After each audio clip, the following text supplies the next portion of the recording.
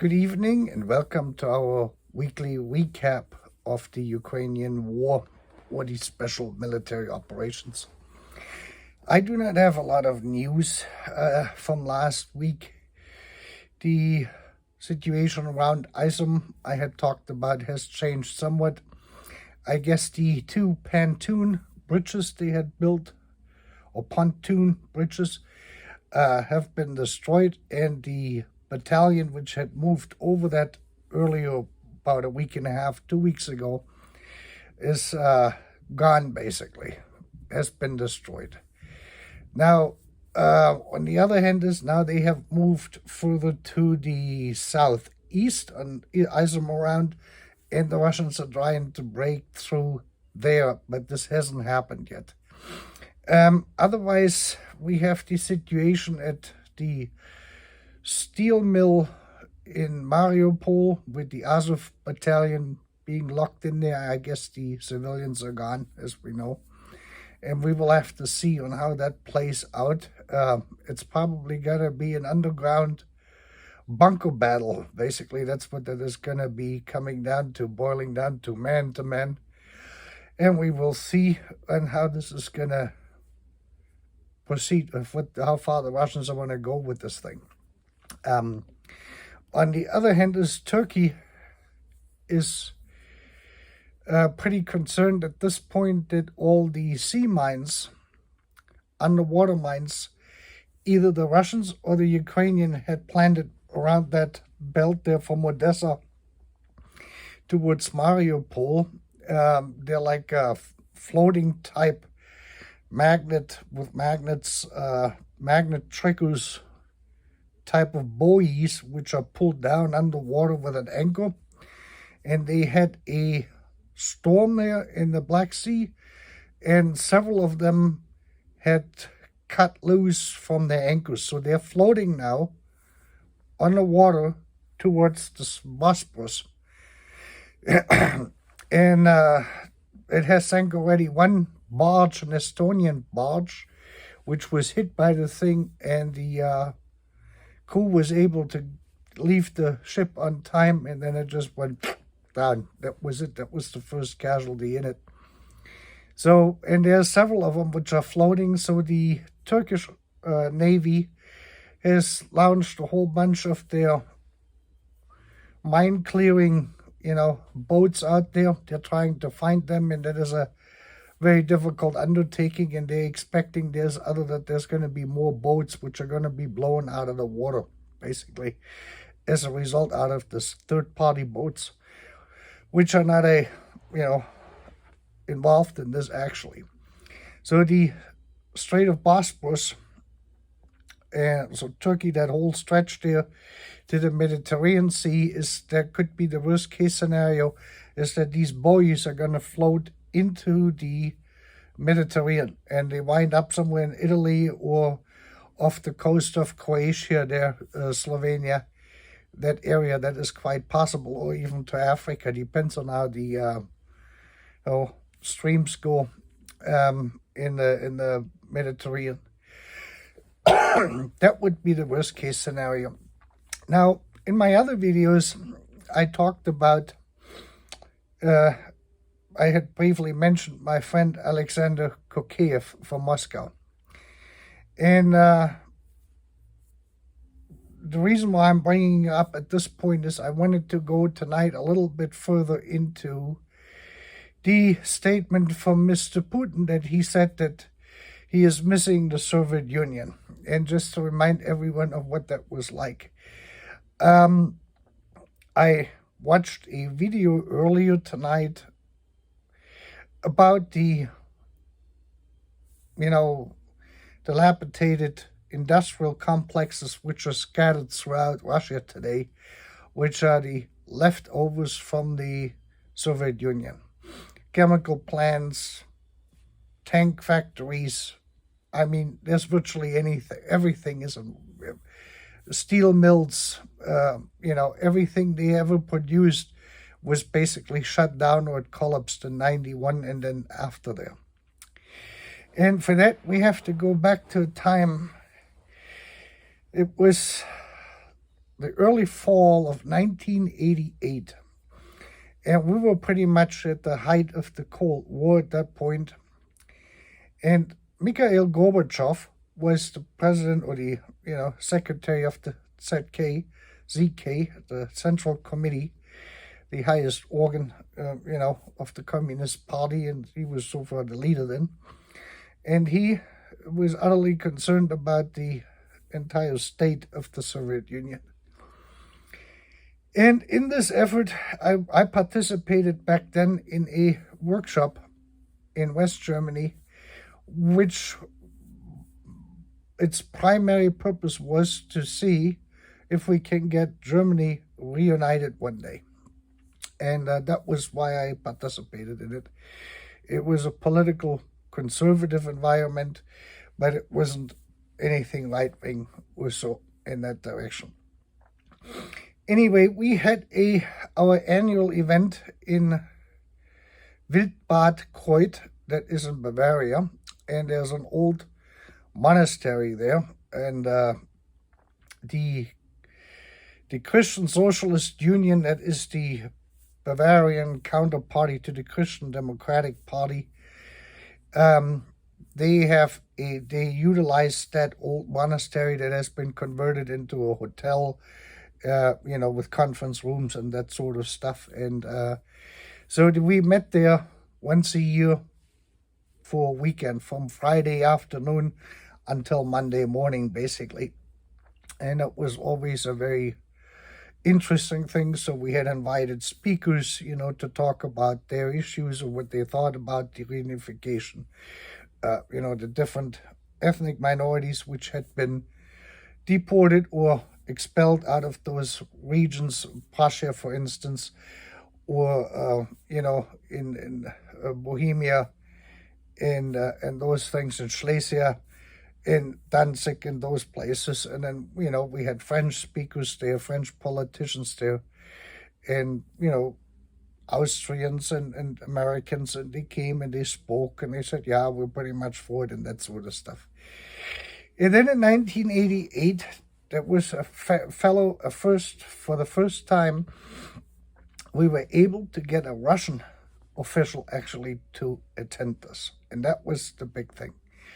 So, and he came, and his name was Dr. Aleksandr Kokeev. Kokeev, Kokeev. I think that's how you spell it. No, Kokeev, Kokeev. I'm not exactly sure, but I have to look it up. I will put it in the text then. And Alexander was a member of the Academy of Science in Moscow, and he was there. His expertise as a professor was German-Soviet relations. He was fluent, absolutely fluent in German. And he was also a member of the Central Committee. The Central Committee was the highest organ of the Communist Party of the Soviet Union. So he was a very high-ranking person, and he was also someone who knew Gorbachev personally. On how well they knew each other, I couldn't tell you that. Anyway, so he came and he spoke and he just said things in general terms and sort of stuff. And after we had lunch, I think that was a Saturday, Alexander and I asked him if he wanted to go for a walk. We kind of had, chatted a little bit before he gave his speech and then afterwards, and then we had lunch together. We actually sat at the same table. There were other dignitaries there, so he was important, but the other people seemed to have been more important. So we both winded up sitting on one table together, and we got to talk a lot. And then we decided we went for a walk, and we exchanged things. So what do you do in Moscow? What do I do here in Germany? And that sort of stuff. So Alexander gave me his contact information and his phone number in Moscow. You could call Moscow. It was rather difficult because those were hand operator-assisted calls back then. And sometimes when the line wasn't available, they would call Moscow, and then Moscow would call you back, and you may have to wait for an hour or so. and you could be sure the KGB was listening in on the conversation that was a given, and the Stasi probably as well, even though the call originated out of West Germany, but everyone wanted to know then what West Germany has to do with Moscow. Anyway, I invited Aleksandr to come to work to speak to Stuttgart, to speak at a different workshop for me, which I was conducting for security. That was a military kind of thing, and he said, yeah, he would come. So I said, look, come for a couple days, 3 days, and then we have some time, and I can show you Stuttgart and this, that, and the other thing. That was like a month later or so. And I have a friend of mine. His name is Alfred. He's Austrian. He's a little bit older, a couple of years older than myself. And he was a manager for a restaurant in Stuttgart, and that was called, in English, the Bavarian Sausage Kitchen.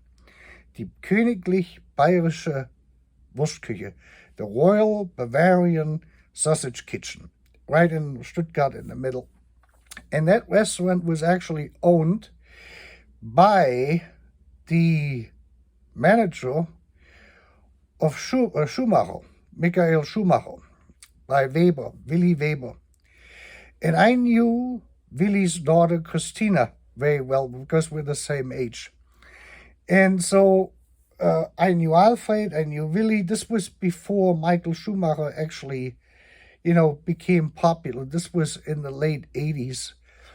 And Michael Schumacher was still doing the Formula 3 thing with Willy.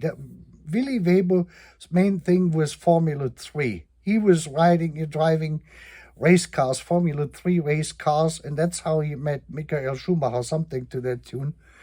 And then I was here in America already when they really started, and Michael Schumacher went into the, Formula 1 and became all famous and all of this stuff. I had no part of this. Anyway, we went to, I said to Alfred, I have this Russian fellow come, and we're going to bring him to you. We're going to sit in the back. There was a small little restaurant, but it was a real Bavarian theme and everything. And he had a great, great cook, so I know that the food and everything else is going to be there. And because Aleksandr had told me he wanted to meet some real German, everyday German, because their picture in Moscow was so distorted by their media, Pravda, and the 2 television channels they had, that they really didn't know how we were living and what we were doing. And I had an electronic background, and I told him he's going to meet Alfred. And then we went to Mercedes-Benz, and he met Thorsten, my friend Thorsten, who was the sales manager for Scandinavia, or for Finland, actually. And he was also in charge of the museum at the main factory in Stuttgart-Untertürkheim. So I had kind of set this up. We accommodated him in a hotel in the town where I was living at, so he had a full room, accommodations and everything, and I picked him up at the train station. He arrived by train in Stuttgart, and then I picked him up, and we went. The first thing is we went to see Thorsten at Mercedes-Benz. So this was just for him to get to see something outside of anything political, anything, what has to do with any official stuff, just normal everyday things. Here, this is what the subway looks like, or the Straßenbahn, our streetcar, what we had at the time, and this is where Mercedes-Benz is. So we took him around, and then in the museum, where we had the museum basically to ourselves because Thorsten had it closed down. That man was too important to have people there while we were there. So it was just the 3 of us. And then later on, Thorsten's boss, one of their senior executive vice presidents, came down with another senior vice president, because the headquarters of Mercedes-Benz is in the building next to the museum, and the sales offices were there for the sales managers. In another building on that property. If you watch my other channel, I have a video up on where I explain the Stuttgart-Untertürkheim headquarters factory with all the different buildings which are in there. That's an interesting video, if that interests you. So we got him around, we showed him the cars. He was able to get into a car. We were able to get him actually on the test track on a 190E, so on the smallest one, just that he had a feel. We showed him the 560 SEL. He sat in the silver gullwing they had there, and that sort of stuff. We looked at the older ones, and of course all the cars are operational at the museum, so you could start them, drive them. But we took the 190E we had in the museum, and he was able to, with Thorsten, he took 3 or 4 laps around at the test track down there, because their main test track is directly at that facility in Unterturkheim. So he was utterly impressed with all of this stuff. And he got an idea of what we're like. He got to talk to Thorsten, he got to talk to the managers there, who were Thorsten's bosses, basically. So it always seems like you have more chiefs than you have Indians somehow. And from then we went, it was like 6 o'clock, 7 o'clock at night when we were done. We went from there, Alex and I, we drove over to Alfred's restaurant over there, to the sausage kitchen. And Alfred had everything prepared. And there too, they had kind of closed down everything. So we had the back area there, so there weren't too many people and too much disruption and everything else there. It was just the cook, the waitress, Alfred, myself, and I think a couple other guests who had already made reservations on that day, unrelated to us. And so we had a lot of food there, and we winded sitting there till probably 2 o'clock in the morning. And it was really in that time, because Alfred asked him a lot of questions, and and then it went forwards and backwards. And in the end, basically what Alex told me and Alfred was that the Soviet Union was finished, that they were so broke that they did not know on how to operate what anymore. And they said, here in America, if you're an American, you probably have heard that statement from General Eisenhower, the president of the 1950s here.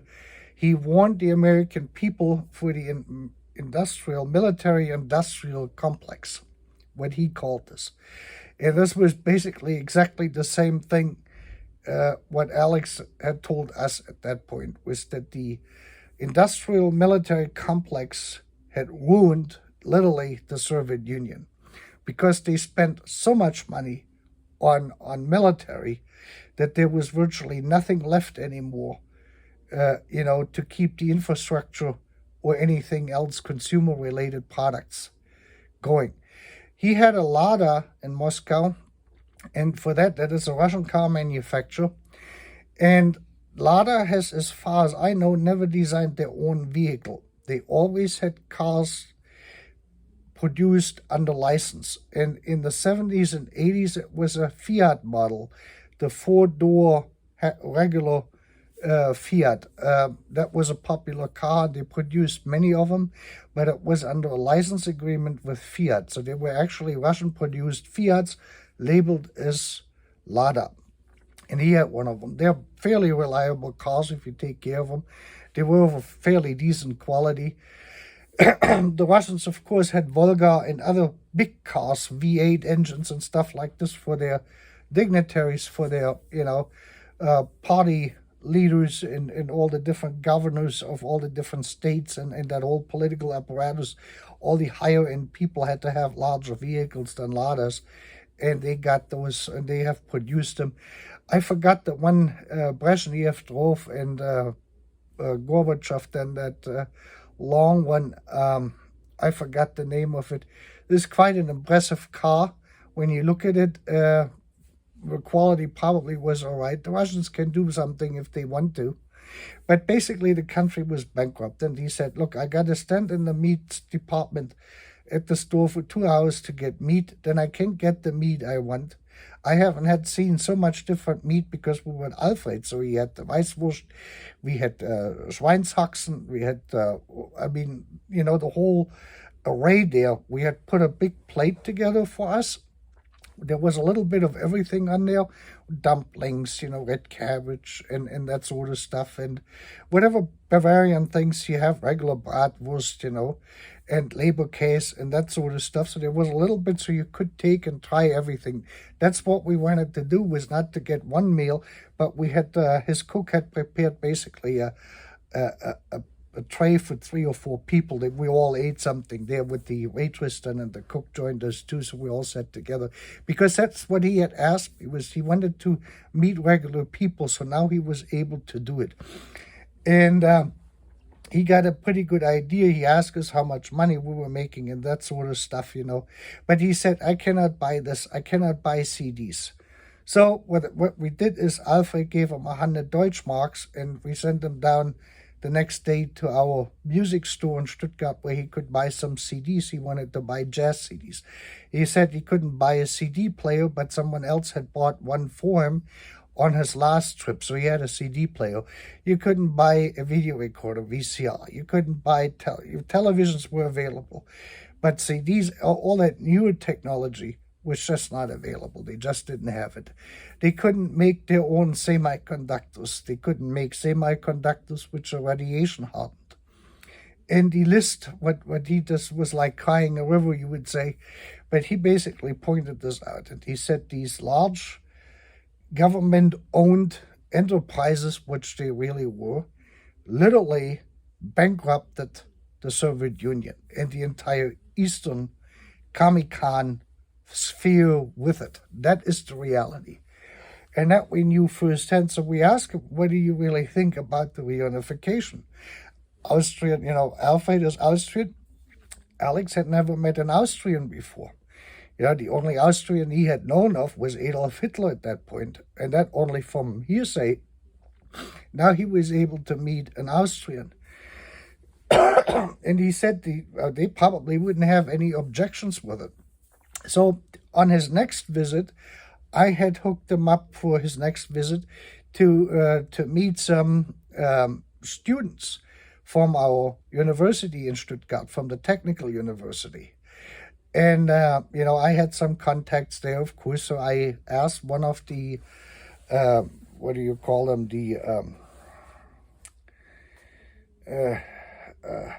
associations, the alumni things, for the university, if they could host this, and then he could meet some business leaders. So he gets then another perspective of this. So we were trying to give him as many different perspectives whenever he was able to travel to Stuttgart. And he found enough excuses, and he knew how to work the system in Moscow. So he was able, granted, to travel to Western Germany at the time without any supervision or anyone else traveling with him. This is how high-ranking he was. Usually ordinary Russians, if they were traveling on business, they had to travel in groups, 2 or 3 people, and they had someone politically assigned to it to watch over them so they wouldn't defect. So he was so loyal to the system, Alex was, that he would not defect. And that was clear because he was able to travel by himself. We had to basically pay everything because he couldn't convert ruble into Westmark or into dollars. So we just gave him the money. I mean, it wasn't a big deal. We gave him a couple $100, $500, $1,000, whatever. And then he said the other thing he couldn't get was skis. Regular alpine downhill skis, and I had mine. I hadn't used them in a while, and I didn't needed them. And he had the same shoe size as I have, so I was able to give him with the boots, so he didn't have to change them. And I said, I'm going to have them ready for you on your next trip when you meet the student body and everything else. So those were the things we talked about. And he said to me, to us, when we were sitting there talking and eating and drinking a little bit, he was not much of a drinker and he didn't smoke. And he said, when he watches news, is because I was working, but I was like freelancing, so I wasn't really somewhere from 8 to 5 or something like this. I had jobs here and there with Mercedes and Bosch and those things, and I was able to take a couple days off without a problem to accommodate him. And then he says, the only time we hear in Germany is people say, they show the unions on the Russian television, the German unions, when they're striking because there's not enough work, and there's, because that was the goal in the Soviet Union, was full employment. Everyone had to work. You could not work, but you had to work. And we had to laugh because a lot of these people, back then they were playing the system, for unemployment and that sort of stuff. And of course, these were the people the Russian television had interviewed, somewhere in Cologne. And he says, this is the pictures we see. They always say, well, there's no work here and we're all poor and this and the other thing. And we literally in the late 80s, Stuttgart was booming. I mean, you couldn't get enough people to work. Everyone was doing well. Mercedes-Benz was doing well. Bosch, every one of these big companies we had, the construction sector was doing well. There was more work to be had than you could probably, the day has hours for that matter. And but anyway, so we explained that to him, so if you don't like it here, you go over there, and then you go there where they pay you the most money. And he got a correct picture now. And this is the thing, you can get that only when you travel. And then you can form yourself of an opinion.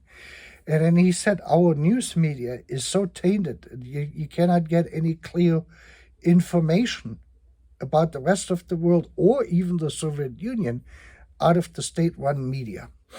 And so they're bankrupt. He's telling us they have nothing. They can't buy anything. He says, I got ruble in the bank. Lots of ruble in the bank because I can spend it. I can buy nothing for it. He has a second home outside of Moscow, and he goes skiing in the Ural Mountains, in the wintertime. And so that's why we wanted my skis. And that's how this all came about. And then on his next trip he met with the students. I met with him there then too, but I wasn't at the meetings when he met with the students from the technical university. But I gave him the skis, and then I got him back on the train on that trip, and it was the last time I saw him. And then 4 months after this, Mikhail Gorbachev comes to Stuttgart, and he visits the technical university. He didn't go to the sausage kitchen, but he went to the technical university. He met with the executives of Mercedes-Benz, all of the stuff. So this will tell you a little bit of what we had arranged there. And of course, the question for those people was Kaliningrad. If we wanted East Prussia back, And I said to him, to Alex back then, that this wasn't a big deal. This is resettled.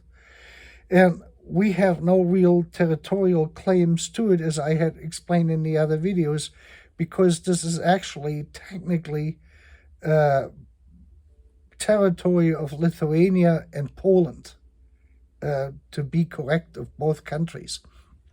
And that would have to be worked out between the two countries if it comes to this. And no one wants to resettle all of these Russian people now. They have lived there since 1946. I do not want to be someone who's going to displace people who have found a new home there, and they probably have, formed a connection over the last 70 plus years there with the land and everything else. These are the new Prussian, even though they originated from Russia, but these are the new East Prussians now. And then we have the next East Prussians resettled back to Russia to bring East Prussians back from before, sort of. And none of this really makes any sense. And the idea was really the European house. Because if say, like today in Poland, in Silesia, anyone who's from Silesia originally, with Poland being a part of the European Union, you can go there, you can buy a house, you can, these old castles, there were tons of them over there, they're still available, they're dilapidated for the better part, you can buy them. They will be happy to sell you that stuff, You probably can get some of it resettled. Most of the people out of those areas which had been resettled back after World War II got compensated from West Germany back then in the early 50s. Financially, they would have to now rebuy their properties, Sometimes you can work out a deal with the community because some of that is community property. You can live there. So there's no reason for having a war over this. And the interesting thing is, as long as it was all divided, all of these people wanted to go back there. And then now it is actually technically possibly only very, very, very few have actually moved back there. Out of 1,000 displaced people, maybe 5 of them have moved back. And this would be the same story for East Prussia. Whether it was Danzig, it was, Pomerania, or any of these areas, Bohemia, you can go back there, you build your own new house or whatever, but most Germans or expelled people, they never moved back there. They can't. Under the European Union, you can live anywhere. If I want to move to Austria, I move to Austria. If I move to Prague, I move to Prague. So that was never really done. First they quiet, and then that was the most important thing. Now, since they can do it, and the land is pretty cheap over there, so it wouldn't cost much to move there. They didn't. So that's kind of what I figured, back in 1988, with all these organizations they had with displaced people from East Prussia or Prussia and Silesia and Bohemia and this thing. And in the end, no one really moved there. They wanted to live in West Germany and everything else because, it's more convenient. They had their home there. They got this there. They got their friends there and everything else. So this resettling and stuff like this doesn't make any sense. Now, knowing all of this stuff, the big question arises is now, what does Vladimir Putin actually wants back from the Soviet Union? A completely bankrupted, government-run state, communist state, where every business was literally, except for very small businesses, were all state-owned and operated. The industrial military complex. In that video I saw earlier tonight, in these abandoned facilities and buildings, there was one building they showed, and that was the Soviets' space shuttle program. There's still 2 space shuttles sitting in there, and the rocket is parked, the launch rocket is parked outside. That went down in 91 when that all fell apart and there was never enough money. The things are completely there. The person even went into one of the Russian space shuttles, which looked very similar to the American space shuttle. And they just simply ran out of money. That was too much, and the Soviet Union was not that big in terms of enough people there. They had, 130 million, 150 million. The United States had already 250 million by the time the space shuttle program was started in the 70s to replace the Apollo program. So I don't know what Vladimir Putin wants back from the Soviet Union.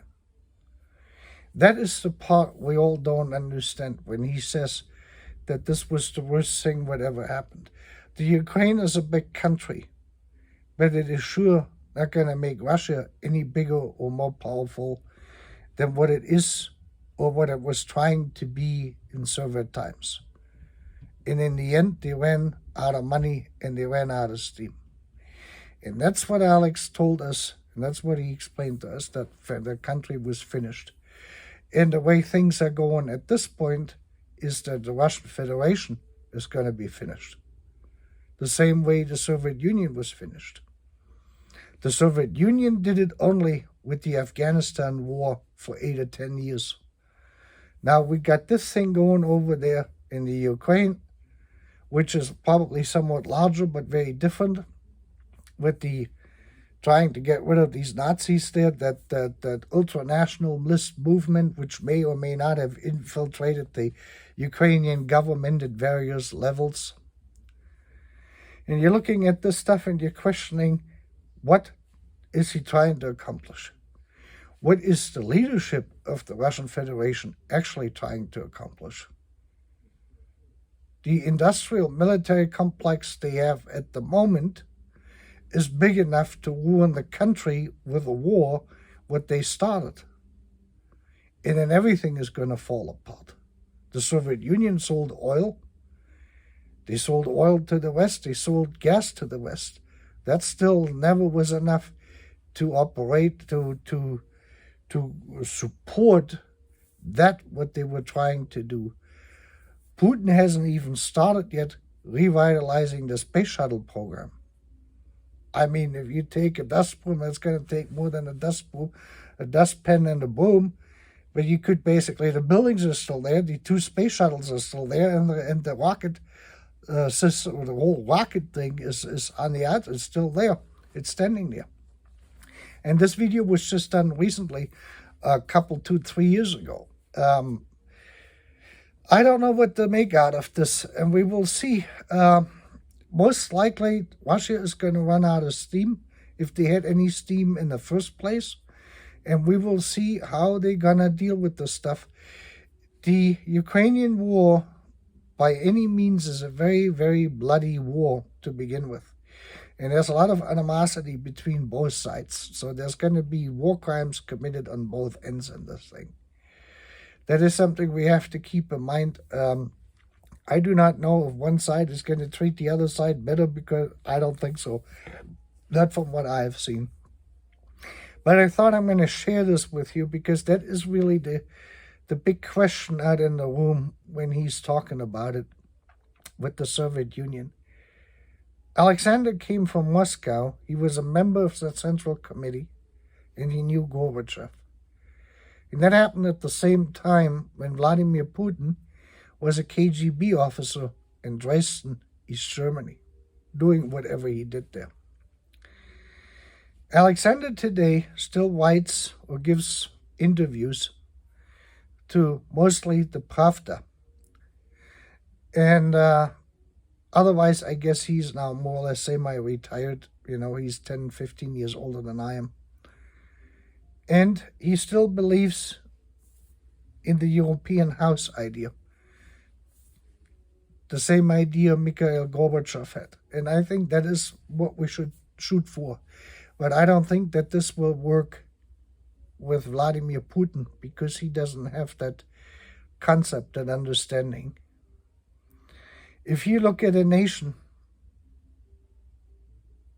which drove itself into the ground with a military-industrial complex, primarily because of arms races and tanks they were building, and chemical weapons, biological weapons, and everything else, space programs, and this, that, and the other thing. The space program got too expensive for the United States too. So they dismantled NASA. They retired the space shuttle. It got too expensive. We just quit it. Now you got Elon Musk and those guys, flying around in space and doing stuff. And it saves the taxpayer a lot of money. They never got off the ground. America pumped a lot of money into this. In the United States is $32 trillion in debt. The government, the U.S. government, the federal government is. The interest payments on that are going to eat up half of the federal budget this year, with the increase of the interest rates since the 10 years up at 3% already. So this is not all gold anymore, what shines here either. We will have to see. Like I said, it's very hard to throw with rocks when you sit in a glass house. But I do not know if Vladimir Putin understands economics.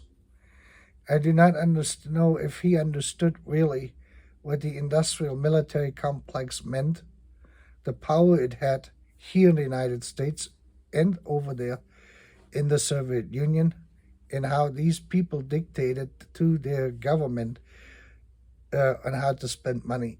And that's basically what we're looking at. We will check in and check back next week and see how the war is progressing down there. Like I said, it's a very bloody war, and we will see who's going to have more men and more material to throw at this. That's going to be the winner in the long run. And with that, you have a great evening.